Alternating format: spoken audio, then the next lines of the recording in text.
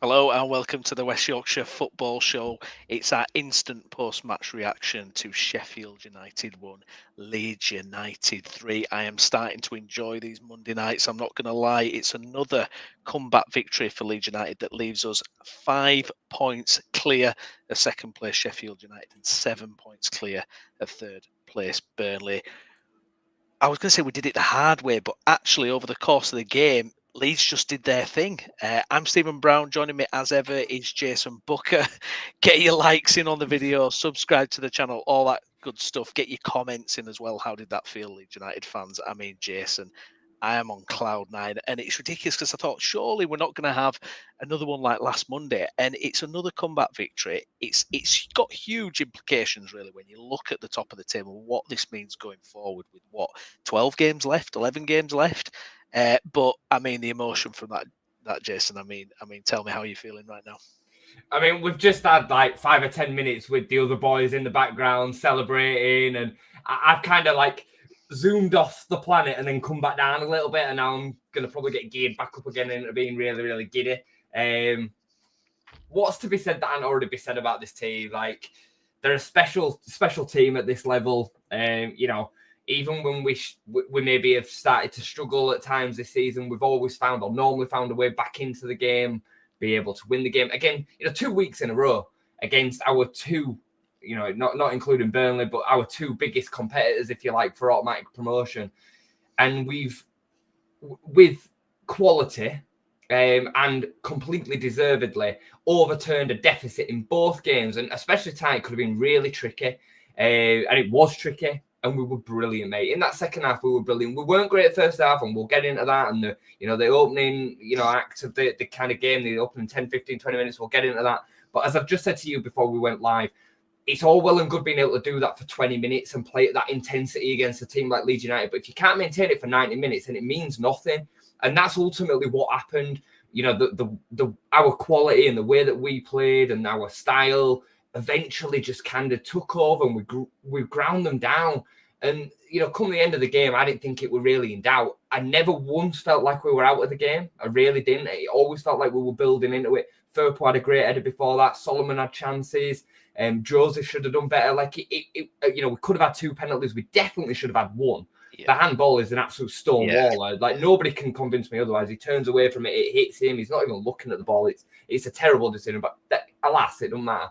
So, and the way that we kind of took them to the sword, mate, in their own backyard, it feels sweet. It feels like we've fully got one back for them in Bielsa season 1 tonight. That's kind of how it feels, because obviously Chris Wilder and all the rest of it, when they stunk a win against us at Ellen Road, and it really did start the demise of the collapse, didn't it? It was, it feels like we've kind of owed them one tonight. So, mate, I'm buzzing. Welcome to the Premier League, Leeds United. That's how I think. We can't throw it away from here. We can't, mate. We're too good for a start. I'm not having all this. It's Leeds. It kind of this team, by far, said it all season, by far the best team in the division. Yeah, absolutely. I mean, that's arguably our toughest game. Our toughest game left tonight. We've got Middlesbrough away, but Middlesbrough are looking ropey as hell at the minute. I mean, I'm scanning through the fixtures now. That inarguably was the last hardest fixture we had to face. And we've come through and we've won it. Amazing. The last 2 games we've beaten close rivals and really nipped it in the bud. The possibility of getting overtaken there. Jason, let's have a look back at the game then, because you mentioned there obviously there was a portion of the first half certainly that didn't impress. Before the game, obviously the news came through that Ampadu is out injured. I'm not sure the extent. He was given what looked like a rousing little speech at the end in the circle of players. I don't know if you caught it against Sunderland as well. Yeah, I love that. He is that leader, isn't he? Certainly. And there was some concern that it was possibly weeks. I think Farke had said in a pre-match interview him about being out for weeks. Now I'm not sure, or it might have been games actually. So I'm not sure there. And you're thinking, right, okay, that for me was a big issue. I thought potentially because I think his leadership skills on the pitch, I think, absolutely sensational. Whether he's playing at centre back or midfield, I do feel his presence is so key for Leeds. So it's a big miss, and you're thinking, right, what will happen then? And it would have been interesting to see if Pascal would have come in at centre back and maybe Gruev would have dropped out, something like that. And you're thinking, okay, how's this going to be? The opening 20 minutes, Jess, I mean, we have to look at that, and it offsets obviously what happened at the end of the game. But the opening 20 minutes, I mean, it was crazy, wasn't it? And fair play, I thought Sheffield United have got this bang on, high, aggressive balls at Meslier, and he just absolutely couldn't deal with it. And he seemed to make one mistake, got in his head, and then suddenly he's flapping for everything. Yeah. Sheffield United honed in on it. Right, this is what we need to do. Obviously, get the goal. I was so frustrated with the defending. I'm like, why are we not closing these crosses down? I couldn't believe how much space we were giving, especially with how Meslier was performing at that moment. It was like, don't let any crosses come. Whatever you got to do to stop that cross coming in, and you're thinking at that point, what performance are we getting here? It looked sloppy. It looked off pace. I thought whoever was abysmal that opening 20 minutes. And you're a little bit worried, aren't you, at that point? You're thinking, I mean, I get what you're saying as well, because you were very relaxed even at that point. And even though I was so frustrated and thinking, what the hell is going on? There was still that thought of, well, it's only the first 20 minutes. Plenty of time for Leeds to get this together, which they absolutely did. But that first 20 minutes, I mean, what happened there? Was it just a case of, like you say, Sheffield United were just going at it 100%? They were going to throw everything into it. They were aggressive. They seemed to be able to cut through our midfield, get a lot of space. It was kind of worrying, but really, in the end, it doesn't matter. But I mean, what were you thinking that first 20 minutes, and especially Meslier? Yeah. Obviously, this was always a concern with Meslier, wasn't it? Have another stinker at some point. Yeah, I think there's a few things to kind of factor into that. The back line had changed for the first time in a number of weeks. Ampadu coming out of there, established kind of centre-back pairing with Rodon. People can say whatever they want about the defensive abilities of the two, and I'm talking about Ampadu and Struijk in comparison. But the immeasurable that comes with that, as you said, is the leadership around, the talking, the directional stuff. Pascal wears the armband, but he's not that kind of captain. He's not, whereas Ampadu is. So in them early moments, we really needed that, and it looked like it was missing. Meslier probably needed Ampadu a bit more in them moments. That's what a team's for. That's the way that the structure works. And, some people will be sat here thinking, what are you talking about, Jay? Like, Elan Meslier is a professional goalkeeper. He should just be better than that. Like, that is a human. Like, it's not the way that it works. So I really do believe strongly that we missed Ampadu in that back line early on. I really do. And then I think second to that, you have to bear in mind that we're not just going to turn up and roll teams over every week. I've said it all season. You see it in the Premier League, whoever Liverpool are playing, they don't just roll teams over every week, and they're the best team in the country right now. Leeds United are the best team in this division, but they're still playing against teams that are at their level. The championship table, is made up of championship teams. It's as simple as that. So these teams, especially the one that are placed second, recently relegated from the Premier League as well, they're going to cause us problems from time to time. The opening 20 minutes at home against the biggest rivals in Yorkshire, Derby and Leeds, and then the team that's sitting 2 points in front of them in the division, I would expect my team to fly out of the traps as well. Now, we withheld it fairly well outside of Meslier flapping all over the place and punching one into his own net.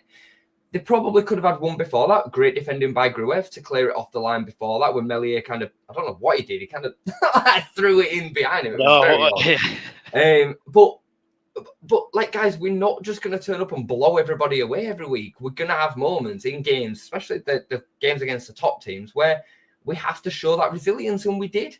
We came out of that period of the game where they gave it everything, by the way, 1-0 down. And then we started to build into the game. We could have easily equalised in the first half. Solomon should have done better with the chance that he had, certainly later on in that half. And then outside of maybe a 5-minute window after we scored the equaliser, Sheffield United had nothing in that second half. Nothing. So, look, we know that Meslier is shaky. There was a question, do we sub him? After 20 minutes, it was that bad. Like, I would have definitely been thinking about it if I'd have been Daniel Farke, because it was bordering on it. But, to do that would have then really put pressure on Darlow and the defence and all the rest of it comes with it. So I get it. It was bad. But outside of that, they dealt with everything really, really well, I thought. I thought Joe Rodon especially, I was a bit unsure about him first half, but second half, I thought it was brilliant. Sweeping in behind, it was just excellent.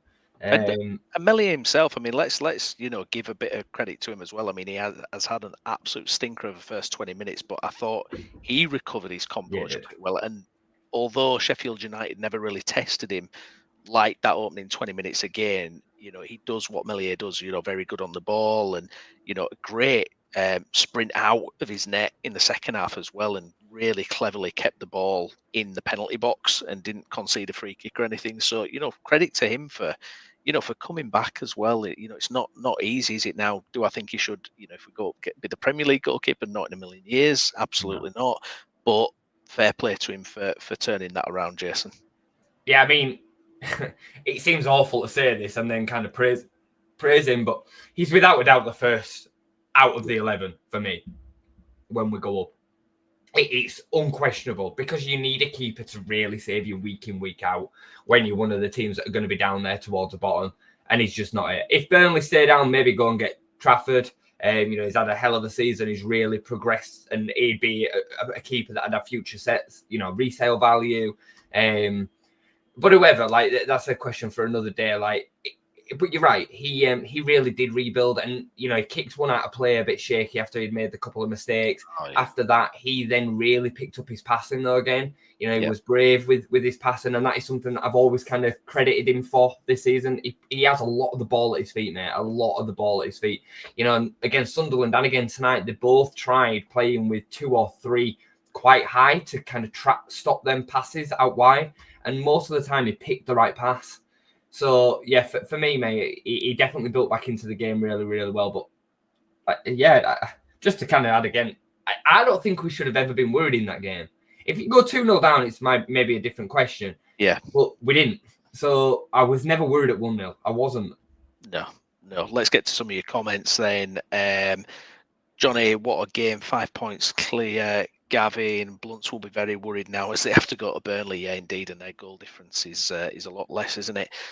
Linda as well, thanks for your comment. A rocky start, but came good and ended on a high. Fantastic result. Felt sorry for Farker, not able to be with them all in the end. Yeah, it was weird, was it? Kept cutting to Farker up in the stands, just kind of casting the nine. He didn't, he wasn't bouncing up and down even at the end of the game, was he? Very, very reserved. It was just business done, wasn't it? It was like turn up, beat your Yorkshire rivals, second place in the league, not a problem. See you later.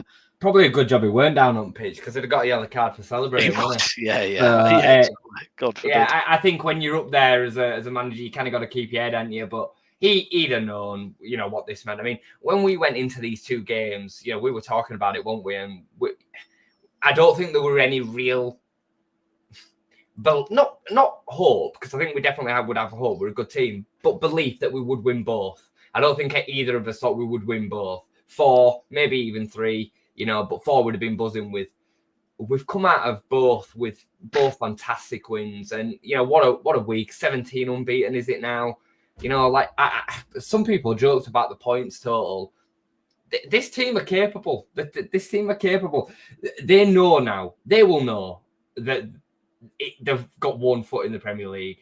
They will know that, and that's hopefully not a reason to then take your foot off the gas. But we only need another 4 or 5 wins, mate. That's the truth. 4 or 5 wins, 3 or 4 points, and it's done. So they can almost play with that kind of freedom that they can just go and take teams apart. I mean, we're doing it with pressure on their backs. Yeah. This team don't look like they really have that much stress.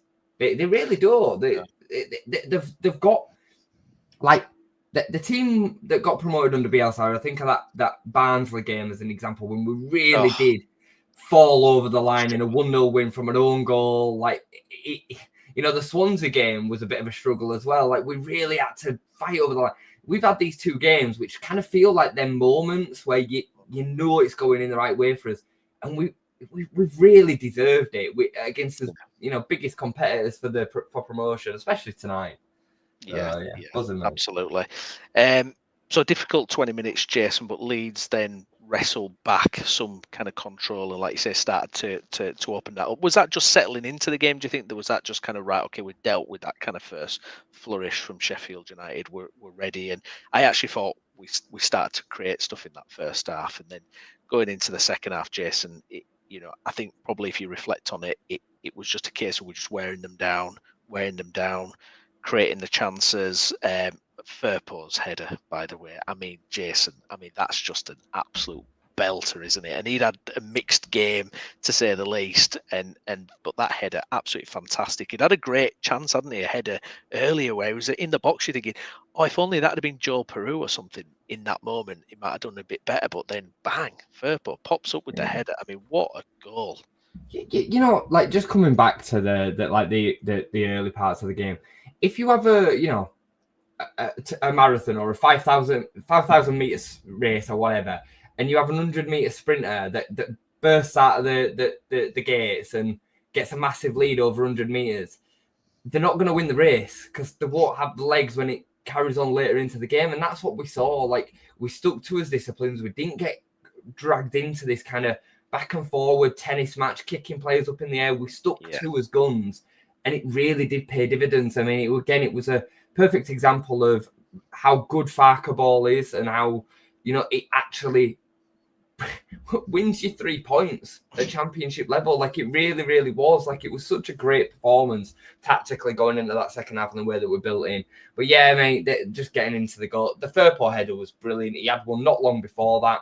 He was basically playing as the second striker at one point. It was the man they were aiming for in the box. It was mental.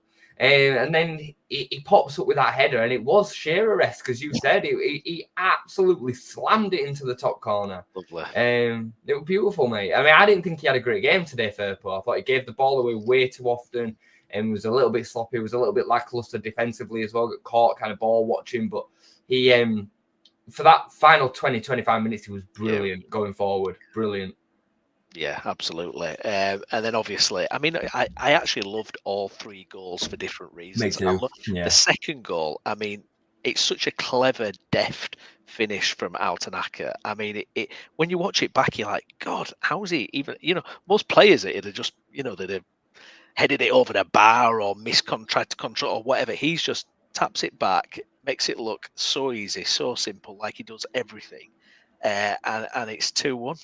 It was bizarre. It was like he misheaded it, but it looked perfect. I don't know if he meant to do that or what. I know, he like cushioned it, didn't he? Yeah. Like, how is he doing this? It was a bizarre header. He deserved it. I mean, I thought first half he was one of the sloppiest in the first 20 minutes. His positioning was just not what Tanaka's usually is. And I thought it then made Gruev look even worse than what he was playing too. There was big spaces in that area of the pitch. Maybe some of that was just down to the way that Sheffield United were moving us around. You have to give credit to the opponents at times as well. But yeah, mate, it was brilliant. And I couldn't agree with you more. Loved all three goals for all sorts of different reasons. Firpo got his head on that second one as well, which would have been hilarious if he'd have scored the second from a corner. Tanaka obviously then topping it in, and Perot, man. I mean, I thought Perot had a really unfortunate game because he wasn't brought into the game enough at all in the first half. But as we started to get more control, he started to be even more involved. And I said to you after 55 minutes, I said, Brendan Aronson, and I love Brendan, but bring Brendan off and bring Joseph on and put Perot back into the 10 and then whatever the other change was, I can't remember. Rothwell for Gruev, wasn't it? Because you could see that Perot was picking up them spaces, and he's a bit more clever than Brendan is, and he's got a bit more composure. And Perot got in for a chance before that Cooper saved. He started popping up in spaces and he affecting the game, and he killed it off with a great finish. It's lovely to see him score one from outside the box because he's been threatening to do it for 2 years. I thought it was excellent the way that he finished the game, Perot. I agree completely. I was going to make the point actually that I thought actually when he came into the number 10, I suppose if that's if you're saying Joseph was kind of pushed forward and Peru dropped back, and I know a lot of people kind of go, oh, Peru in the number 10, but I thought he was fantastic when he was in that role because he was just superb. It's game state, mate. I mean, I've seen somebody already on Twitter say that he should start in the 10 and Brendan because you'll lose the impetus of the press, but you get so much more goal threat from outside the box and all that. Shut up, stop, let's not do this. Again, it was just a prime example of Daniel Farker knowing how to manage and change and tactically deal with what's in front of him, because it was the perfect change. When I saw them getting ready, I thought, is this going to be the standard switch, Joseph for Perot? But you can say this, whether it's true or not, but I said to you before it happened, that would be the swap I would do, because it made perfect sense, didn't it? And it makes sense to anybody that understands the way that the game was going. Brendan wasn't involving the game in the way that he should. Pirot was getting more involved. He's a little bit better in them half pockets and them spaces when you do need it. And he can deliver what he delivered there as well. So I thought it was brilliant, mate, Pirot. I really did in that second half. His touch is looking really sharp at the minute as well, isn't it? The way he's touching and giving goes and knocking balls around the corner, and the finish is just the icing on the cake. I've said it before. I wonder if he could be Premier League level. I don't know. I just don't know. But he has got that in his head, hasn't he? He's a clever player. I mean, do you remember right at the start of last season, him, Rutter, Sinisterra, and Somerville all clicking in that Ipswich away. And he looked just on their level. He looked on their level. He looked up to it, So it's a fantastic finisher. It really is. I love watching Joe Perot, because I think he's so composed on both feet. I love a striker that can score caress goals with both feet. Makes it look really natural. The strike for the goal today was so sweet. I think his link-up plays extremely underrated. He knocks a lot of balls round the corners into full-backs and the wingers that people just kind of overlook because it looks easy, but Joseph can't do it. I mean, if we're going to have a moment to give a criticism for today, Joseph is miles off it, mate. And I don't want to bring it down because tonight is such a buzzing night, but for me, it's fair enough that he comes on and runs around, and that's, you should expect that as a minimum. And when he wasn't doing that, it's fair to be critical of it. And then when he is doing it, you should praise it. I get that. And there's been moments over the last few weeks where he's come on and he's got about, but he's poor, mate. He's a poor player right now. I'm starting to more and more get on top of his technical abilities. Ball striking, really poor. Composure, really poor. Hold-up play, really poor. Joe Perot's a better hold-up player than Joseph. He is. Perot's better than Joseph. He's poor. He's really, really poor. His link-up play, his passing, his decision-making. It's just not it for me. He's not. I agree. And I don't know what's happened, because his level is so below what even he was playing at the start of the season. I mean, he's nowhere near what he was. He's nowhere near. I mean, you're absolutely bang on. When he came tonight, there were a bit where a ball kind of went over the top. Hit him on the back. His attempt to try and get that under control and do something with it was really poor. And there were loads of times, you're right, his touch and that shot that he had, is it confidence? Do you think, is it confidence in terms of, he's lost his place to Joe Perot. He's clearly second to Joe Perot now. He's not scored a lot of goals this season. I mean, is that a confidence? Is this what they talk about, players with confidence? He's just completely lacking confidence, where even the basics seem to be escaping him right now. Yeah, I think that definitely could be a part of it. It is almost worse, because the harder you try, the worse it looks. But at the moment, he looks a lot like the kind of strikers that we used to see try and step up in League One. That you'd see have a couple of games in the first team and be like, these guys are miles off it, and then they disappear. That's what he reminds me of. And I know I'm being really disparaging of him. When he goes away with the Spain under-21s, he does well, but it's a completely different level. He's a championship striker, but he's not, for me, he's not anywhere near being in a Premier League squad. Nowhere near. Because of them basics that you're saying there, you have to have a player. If he's not in a vein of scoring, fine, but he has to be able to do them other bits, and he can't. If Bamford was fit, Joseph would not be playing. He wouldn't. So, yeah, he's not a worry, because I think right now he's a backup option anyway. It doesn't really matter that much, and for most championship teams he's going to be playing against, he probably will be all right. But you can see the quality level is just not. And I mean, God, it makes me think, thank God he didn't play last season, because I mean, where would his confidence be if he'd have come in last season being expected to start games and and we'd have had the fall off that we had. I mean, yeah, you'd have been talking about a player that would maybe have been struggling to ever even come back at that point. So yeah, exactly.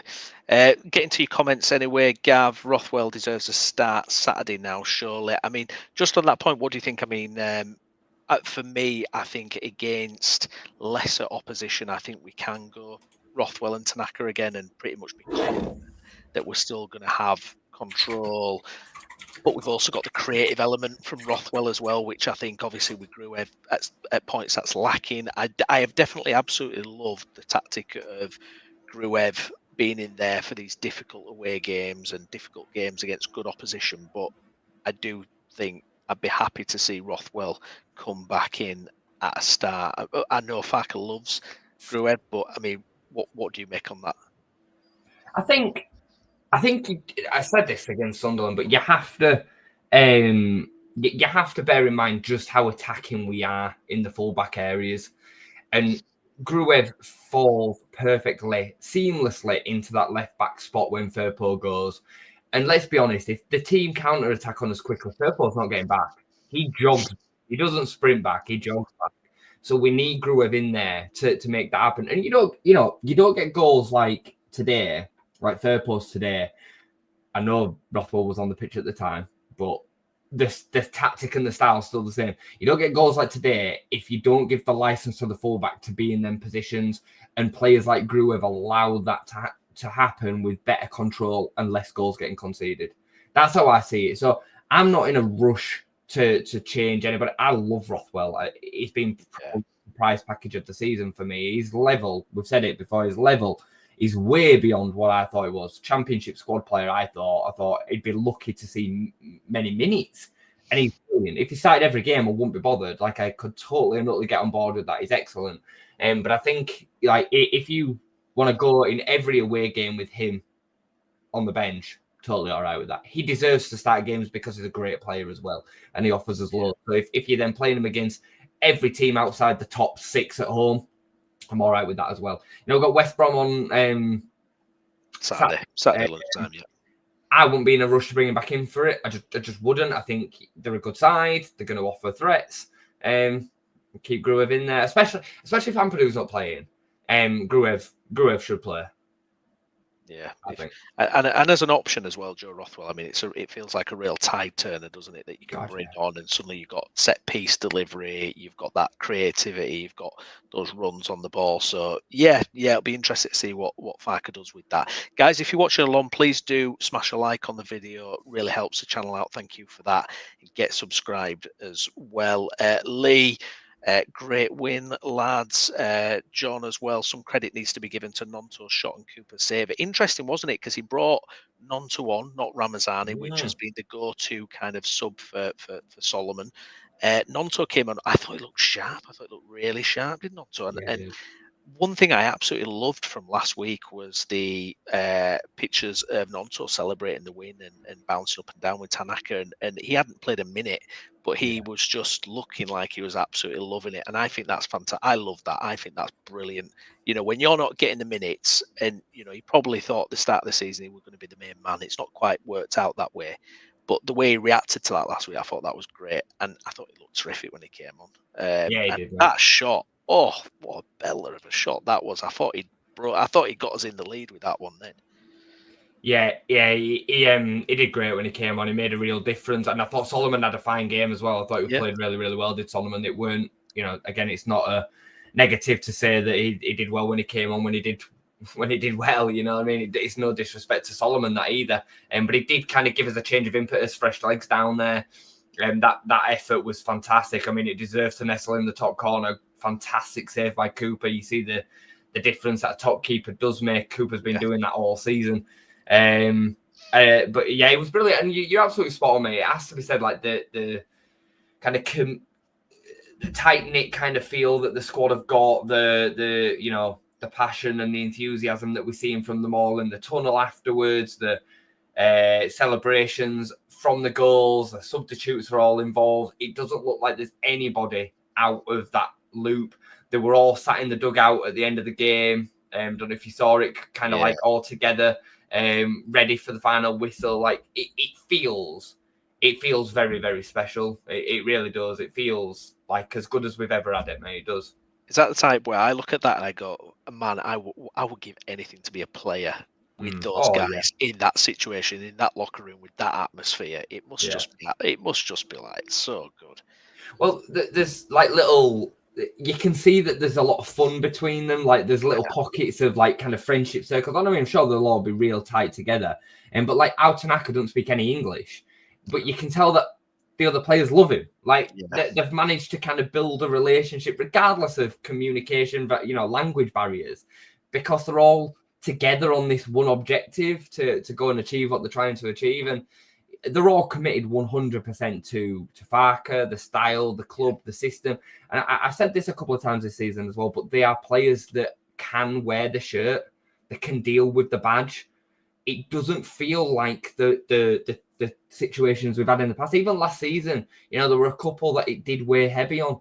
It doesn't feel like that this season. The ones that were here from last season that maybe it did have grown and matured and developed, and they're able to deal with it. And the players that came in, I'm looking at Autanaka, I'm looking at Jaden Bogle, I'm looking at Joe Rothwell.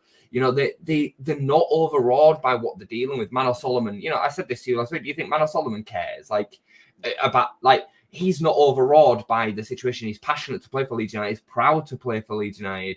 And it doesn't negatively impact his performance like it has done so many players that have come before. And it feels like that runs through the squad, with the exception of Elamelier. And now Elamelier is a bit of an odd one out, because I think he's actually kind of been broken over the years by us. Us as a club and us as a fan base and all the rest of it that comes with that. But on the whole, I think my point stands that you can see that through the whole team. And that's why I have a lot of confidence that this is done. Like in previous reincarnations of Leeds United, the season we stayed up, I was convinced we were still in a relegation battle until about 3 games to go before the end of the season. And we finished 9th. We finished like 20 points clear. Ridiculous.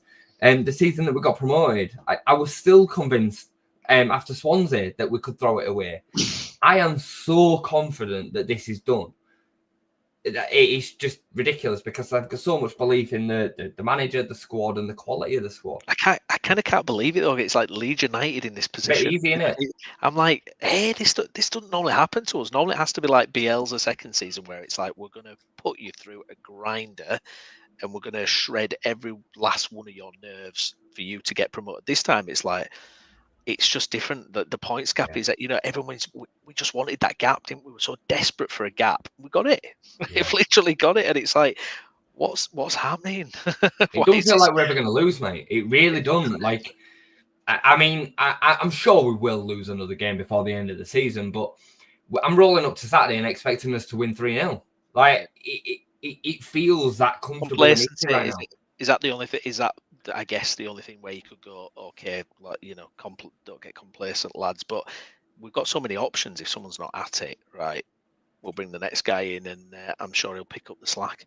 I don't think. I agree with you. It's really the only thing that could undo, as we've said all season. The only thing that can really let Leeds down is Leeds. That can stop Leeds is Leeds. But I just don't see it. I think that they've got so much kind of steeliness behind him. I think the manager just wouldn't allow it. He and his teams have always gone through the second half of the season much better. And we are so much better, Browney. I said it for weeks, but we are so much better than everybody else in this division, especially all those from 7th downwards. Like, it's seismic how different it is.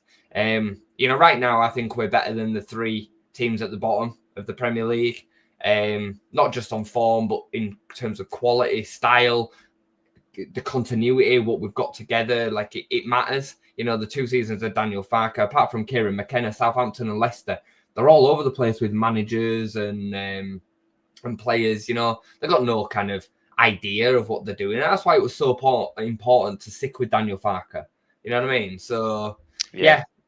Well, that's actually something I want to have a chat with you about on tonight's episode. There's a couple of things we need to catch up on news-wise with Leeds as well. Just to cover off your comments before we go on to that. Raj, thank you for your comment. Leeds were good last 25 minutes. Class showed great subs. FV White get the open top bus warmed up. Digler, Peru used to be coached by the legendary Luke Nicholas. Oh, I love that. Where was that then, Digler? You have to let us know where that was. Was that in Holland or something? One of his teams over there. Johnny Joseph needs a loan spell next year, and Gavin can see Joseph going back in Spain in June. Already turned 10 million bid down in January. Yep, indeed. And with results like tonight, you can't help but cast one eye on the Premier League. But we're looking again this season at the 3 promoted teams are going straight back down. There's a big conversation going on now about the gap between the Premier League and the Championship. And it's funny because when I'm excited about the season, I'm excited about the prospect of going up, but I'd be lying if I didn't say that I am concerned about that gap and how we bridge it and what we're going to do to tackle that. Because Ipswich has spent over 100 million in the summer and have not got much for it. I know the other 2 are basket cases, but they've spent money as well. I think especially Southampton have spent money. I think Leicester spent the least out of the 3. Leicester and Southampton have changed managers. Nothing's worked.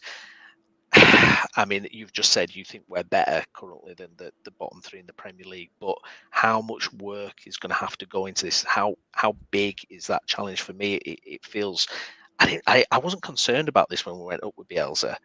I was concerned about staying up, but I didn't feel this kind of thing of, Jesus, the gap is so huge. We're not going to be able to do it. When you think of what our squad was then and what Bielsa was able to do is miraculous in itself. Yeah. But when you look at that situation now, Jason, I mean, how will you feel going into it? Because it's going to be exciting, but it's also going to be that worry of, if you get on a bad start, how before you know it, you can be miles off. And you're looking at Wolves, who have been terrible this season, but still got a really good team. Cunha up front. I mean, it's just absolutely. I mean, it's so difficult, isn't it, Jason? Yeah, I mean, the gap is getting bigger and bigger.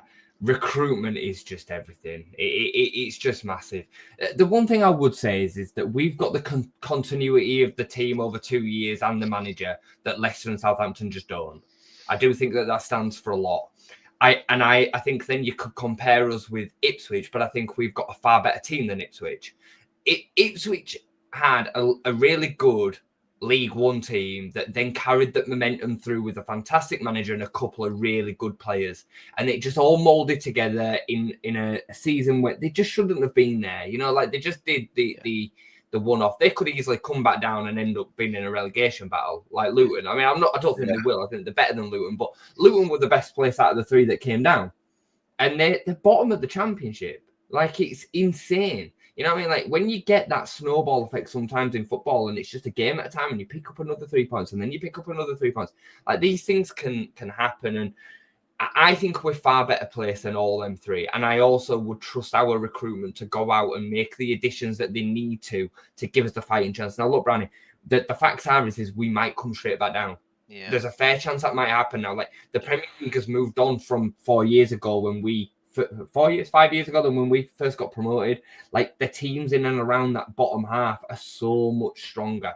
That's why you see Man United and Spurs where they are this season, because they're all over the place. It doesn't matter around their quality because, in terms of the quality individuals that they've got, because they've not got it together as a team. The teams around them that would usually be occupying them positions have, your Brentfords, your Evertons, Everton under David Moyes look a completely different outfit. Bournemouth, and these teams are able to kind of pull away from being in that box of teams, and that's why you're then left with what you're left with at the bottom of the division. Ipswich, who are completely out of kilt, and Leicester and Southampton, which have just been badly managed for so long. And so I'm not worried about it because I really believe that it's an exciting time. I think we'll see some good players come through the door, and I think we'd stand a really, really good chance of going up. Bear in mind that we're going to be going up with 2 of the teams that we should be better than straight away. So, yeah, true. Yeah, but it's true, isn't it? Like, if we go up with Sheff United and Burnley as an example, that straight away, hopefully, you would expect to then finish 18th, and then you only got to find one other that have a really, really bad season, and you're laughing, you stayed up. You know what I mean? So, I look at some of the teams that are now. I know I'm waffling a bit here, but look at some of the teams that are now being successful. Bournemouth, Forest, and Villa, I think, as 3. they all had their own great escape moments over the last few years, where really they should have gone back down and they didn't. They managed to survive miraculously. We were partly responsible for Forest staying up the season we got relegated. They should have gone down, but we just fluffed it. Villa should have gone down. They would have done if it wasn't for a goal line decision technology moment. And Bournemouth, they sacked Scott Parker and brought Gary O'Neill in and performed a great escape themselves and stayed up. And these teams have then all built on from that. So we would need to have one of them seasons to stay up. That is the difference between Premier League and Champions. But you know what, saying that, Browney, like for years and years now, we've had yo-yo teams. West Brom, Fulham, Bournemouth have even been Norwich. A bit of a yo-yo. Norwich. It's not that new. The gap between the Premier League and Championship is big. It's just growing bigger. Yeah, absolutely. And like you say, recruitment is going to be absolutely huge to that. The 49ers, obviously, they're the guys in charge. Huge link came out last week about them taking over at Rangers. I don't know if that's progressed any further since now. Obviously, that would, cause a flutter in the fan base because suddenly people are thinking, oh God, does that mean they're taking their eye off the ball at Leeds and all this kind of thing? Multi-club ownership, probably a little bit controversial in itself. I mean, for me personally, I just think, they've set up a structure at place in Leeds for recruitment and all that kind of thing. It doesn't mean that they're not going to suddenly be keeping an eye on what, it's not like an empty house all of a sudden they're off down the street to buy the other house. There's still people there, a team there doing a job at Leeds. But what did you make of it? Is it anything to concern ourselves with? I mean, does it matter? Could it benefit us actually in certain ways? I'm not sure about benefiting, but I've not even paid it any thought, if I'm honest. I saw a couple of people produce videos on it. I saw the news articles. I've not read or listened to any of them. It doesn't really, I'll be honest with you, I haven't, because it doesn't interest me at all. The San Francisco 49ers own sports teams and companies and businesses all over the world. Like the San Francisco 49ers didn't go, oh my God, they've bought Leeds United. Oh, so they're just going to kind of throw us out the window. Like they employ people to look after them businesses for them. It's such a bizarre thing to panic about something like that. As if, and I mean, this is no disrespect to Rangers. Rangers are a massive football club, but there is nowhere near the level of money within the SPL than there is in the Premier League with Leeds United. It's a complete, so why would we be worried? If anybody would be worried, it'd be Rangers that would be worried that they're not going to get the funding from their new owners, which I don't think could be true either, by the way. I think the 49ers are a very, very smart, intelligent, business that have been successful for a number of years. Could I see it maybe meaning that we see more investment from Red Bull? I could potentially see that. I definitely think that is something that's going to come in down the line. I know that they've said that it's not. I think it is. And I think if we want to be successful and I want to see my team, win things and try and, qualify for Europe, I think that is a small part of our soul that we need to sell to get there, if I'm honest. If I'm going to see my team win something in my lifetime, we're going to have to be owned by somebody that's got some dirty money. I can't. It's right though, isn't it? That's the landscape of football now. So I don't concern myself with it. I'm a football fan that wants to see my team successful on the pitch. As long as they don't go changing too much or, trying to take Leeds United out of the name or anything like that, I'm not really that bothered if they're bringing in good players and making us competitive on the pitch. I know it sounds a little bit dark, but I think it's true. Well, there's a certain line, isn't there? Like you say, the name and we want to play white, that kind of thing. It's, there's certain lines, isn't there, that you can't cross. Yeah. But it'll be interesting. It would be almost a kind of perfect investment payoff for the 49ers, wouldn't it? Buy the club, get it to Premier League, grow it a bit and sell it on for a massive profit. And lo and behold, we've got, really successful, there's worse than Red Bull out there, isn't it, in terms of ownership models and everything. It's we know that, don't we, in the grand scheme of things. I mean, I don't think we've had a squeaky clean owner ever. Not certainly not for the last 20 years. No, I mean we've seen the full spectrum, haven't we, of all sorts. Or what I care about, and what the test is for the 49ers this year is how much investment goes into the playing squad. That's what I really care about, and how they manage that. That's what I want to see. And obviously stadium building up everything like that, great. But it's the playing squad that put your money where your mouth is. That's where I want to see it done. Obviously, a huge part of the operation at Leeds for a long time now, since 2017, has been Angus Kinnear. Is heavily linked to move to Everton to their chief executive. Again, it's been a few days since there's been any movement on that. A lot of people saying, yeah, good riddance, that kind of thing.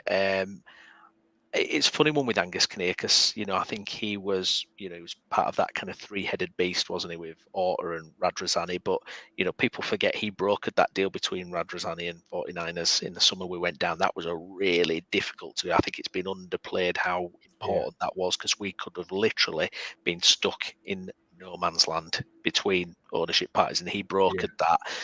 I think he's been a solid CEO. He goes on the square ball and fronts up every year and answers those difficult questions. Even after relegation, he did it. Obviously, I think he annoyed a lot of people with some of his program notes. So he Adam annoyed Forshaw. Adam Forshaw, Bamford. We got the 3 recognised international strikers. Bamford with 1 cap. That kind of thing. I mean, going into the Premier League, losing your chief executive at that time, that would probably be where I'd be concerned in terms of that kind of how the operation works, and does that kind of hinder anything in terms of a really key summer between Championship and Premier League potentially? Is there anything to be worried there? I mean, it's a wide-ranging role, or is it just a case of, look, they'll get someone in and it's pretty much seamless, it's separate to recruit? Are you concerned of how that might kind of interrupt things, or is it even worth bothering about? I think it's something that the club will be bothered about. But again, similar to the playing staff and the other people that have come around, whether it be Greta Steinson or whoever else within that makeup, the 49ers will have it in check that somebody will come in and replace Angus. I tend to agree with you. I actually think he's been kind of unfairly treated over the years. Bear in mind that he's a voice piece for the ownership of the company, and we know what Radrazani was like. Now, if Angus Kinnear wants, is employed to do a job and is paid to do a good job, he'll have done a lot of things behind the scenes that will have been of massive benefit to Leeds United, one of them that you've just mentioned there. But if he's been asked to come out and say, we've got an international striker by Radrazani, he'll say that because he's employed to do that. He's the kind of face of that avenue of the football club. So I never really kind of took much of what he said that's Angus talking, if that makes sense. It was more, I always thought Radrazani. I think he's done a good job, mate. I think he's done a really good job. I think it said a lot that he was the one that was kept when the changes happened. The 49ers were clearly very happy to keep him around.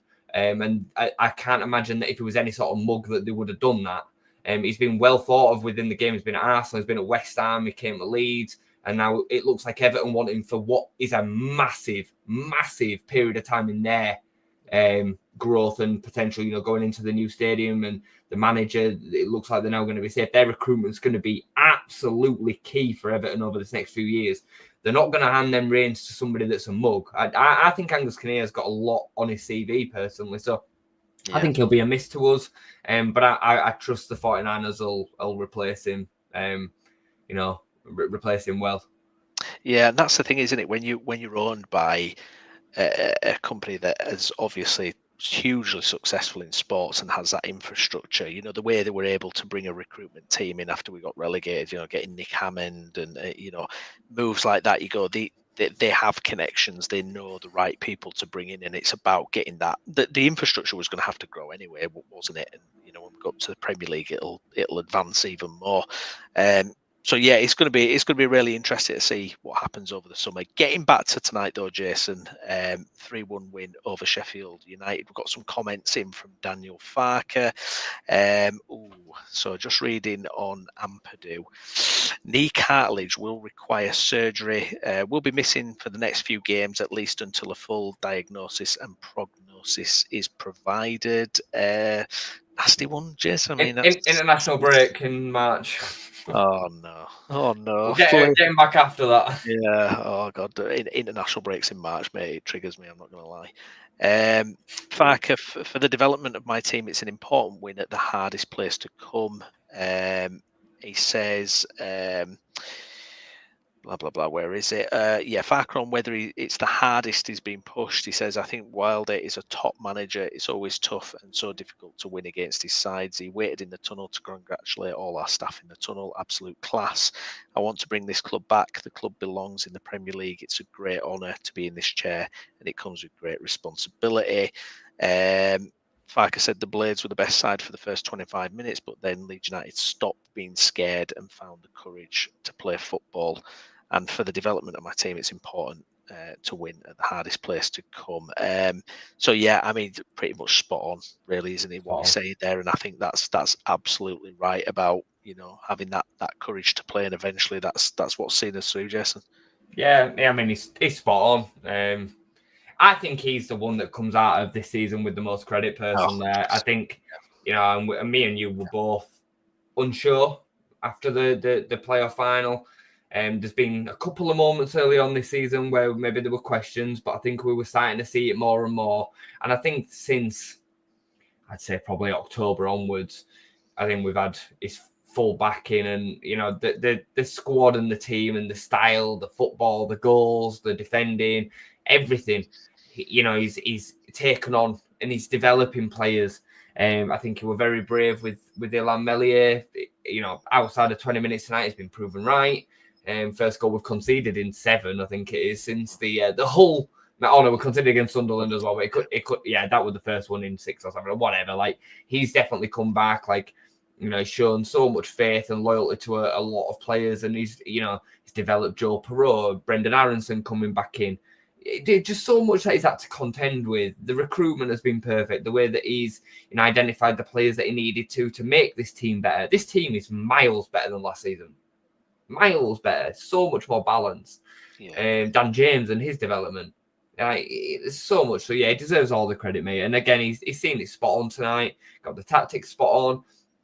The changes were spot on. Again, people can't.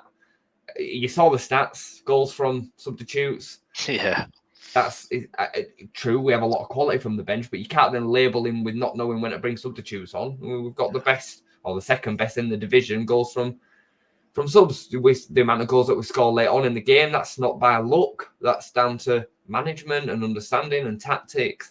So yeah, mate, brilliant. He's underappreciated, isn't he, completely? And I'm talking even outside of Leeds, because all I've heard for probably the last few weeks is Burnley's defensive record. That's been getting a lot of attention. Naturally so, because it's incredible and it's record breaking and everything. But they're in third. There's a team at the top who's got the best goal difference in Europe across all leagues, and I feel Daniel Farker in general, it's just because of what happened in the Premier League in Norwich, he's kind of cursed by that. It's that you hit the ceiling of where you can be as a manager. And, I don't remember a Leeds United manager coming to the club with as higher expectations in the context of the situation of the club than Daniel Farker. I mean, when Bielsa came, we were all over the place. We were a mess. Even when Marsh came in, he had time to get to grips with everything. With Farker, it was like immediate. It was like, no, we need to be top of the league. We need to be winning every draw was a crisis. Never mind defeat. I mean, he's had to come in under the highest expectations a Leeds United manager probably ever has. Really, I can't think of anyone who's come under with more pressure to you have to get it right, and proof's in the pudding. And I think you mentioned it in the chat. It might have benefited us that we didn't go up last year. Obviously we wanted to go up last year, but when you look at the whole picture, maybe another year, not too bad. Yeah, I mean, that looks like how it's working out. I think we'll definitely be more ready for the Premier League if we go up this season than we would have been at the end of last season. I really do believe that. And I know people will say, well, we'd have kept on a Somerville, we'd have kept on a Rutter, but this team is actually better balanced. I think we've got less recruitment to do if we go up at the end of this season, given the development of other players, Rodon, Ampadu, Jayden Bogle, and obviously coming into the squad. Perreault another year. Like, people talk about Perreault like he's 30, he's 24, 25. You know what I mean? Exactly. The Absolutely. Wingers that we've now got, I think the team is far better equipped, and we've certainly had more fun. I know that. And I'm not saying that would have been a reason to then stay down, but we definitely have had more fun. And I agree with you. I think he's probably the manager that's dealt with the most pressure since Simon Grayson. Simon Grayson had a hell of a lot of pressure to deal with trying to take Leeds United up after Dennis Wise and Gary McAllister failing and all that, and missing out in the first season. He had a lot of pressure to deal with. And then before that, I think you're probably talking about Don Revie getting replaced and going to Clough and then the manager. I don't even know the manager that came after that off top of me. Jimmy Armfield, I think. Yeah, I think that probably is a period of time where you'd be looking about dealing with the most pressure as a Leeds United manager. I think this is the most since then. Yeah. I agree with you completely, because the expectations of this fan base have changed completely after having Bielsa. Because of the style of football and what he achieved, it's changed completely. And I mean, I've said it before, Bielsa's my hero. I'll go to the grave talking about Marcelo Bielsa. He's my hero. My dog's named after him. I absolutely love the man.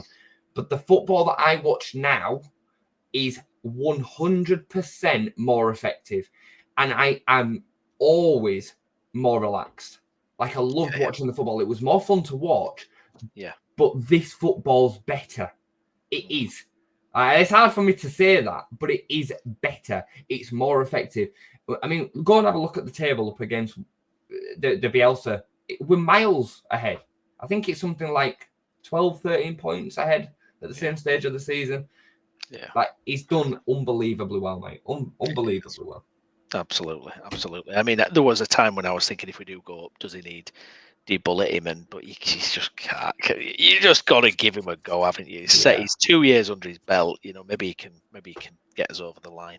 I think it'd be bad for the players, and I think it'd be bad for what it would say to any potential manager that'd be coming in. Yeah. This manager's just done this for you, and you no, I don't want any part of that. I don't trust you. That's the way I'd be thinking if I were a top manager. If I were going to be, if I were, I don't know, sat in the shoes of Iriola. Just say, for example, we had a chance at Iriola. I wouldn't be happy replacing a manager that's just been sacked after winning the division by however many points that we eventually do. I think it'd set a bad precedent. I still don't think it changes the fact that we treat him on a short leash. Yes. Because I think if the recruitment's right and we go into the season expecting to finish 15th to 17th, and then we're bottom and 7 points behind, then, or whatever, I'm being dramatic, but you know what I mean? If it doesn't look like the results can come on the pitch, then sure, you get rid of him. I don't think there can be that much loyalty in football. But if he's in and around 15th to 17th and he's winning his games every, one every three, and we're just getting enough points to kind of tick over, and we're developing and we're building, I'd be more than happy with that. A lot of fans won't, though, mate. I'm telling you, if we're in 15th, there'd be a lot of fans that'll be asking for Daniel Farke out. But if we can go into the back end of next season, I know we're talking way ahead now, but 5 games to go and we're 3 or 4 points clear, I'd take it now, personally. I really would. Yeah, I think absolutely. Just to finish up, Diggler, thanks for this, mate. Peru was at PSV at the same time as Luke Nillis, and he gives big credit for his style to Luke Nillis. Yeah, Luke Nillis, what a player he was. Gavin would have had Farke out by now, wouldn't he, wherever Gavin is? I don't know if he's still in. He's probably changed his mind a bit now, but he would have done earlier on the season. I was laughing with Downsy about it earlier, because obviously Huddersfield are going through a bit of a rough patch at the moment, and some of their fans are calling for Duff to be sacked. I mean, he's in the playoffs. They're exactly where they should be.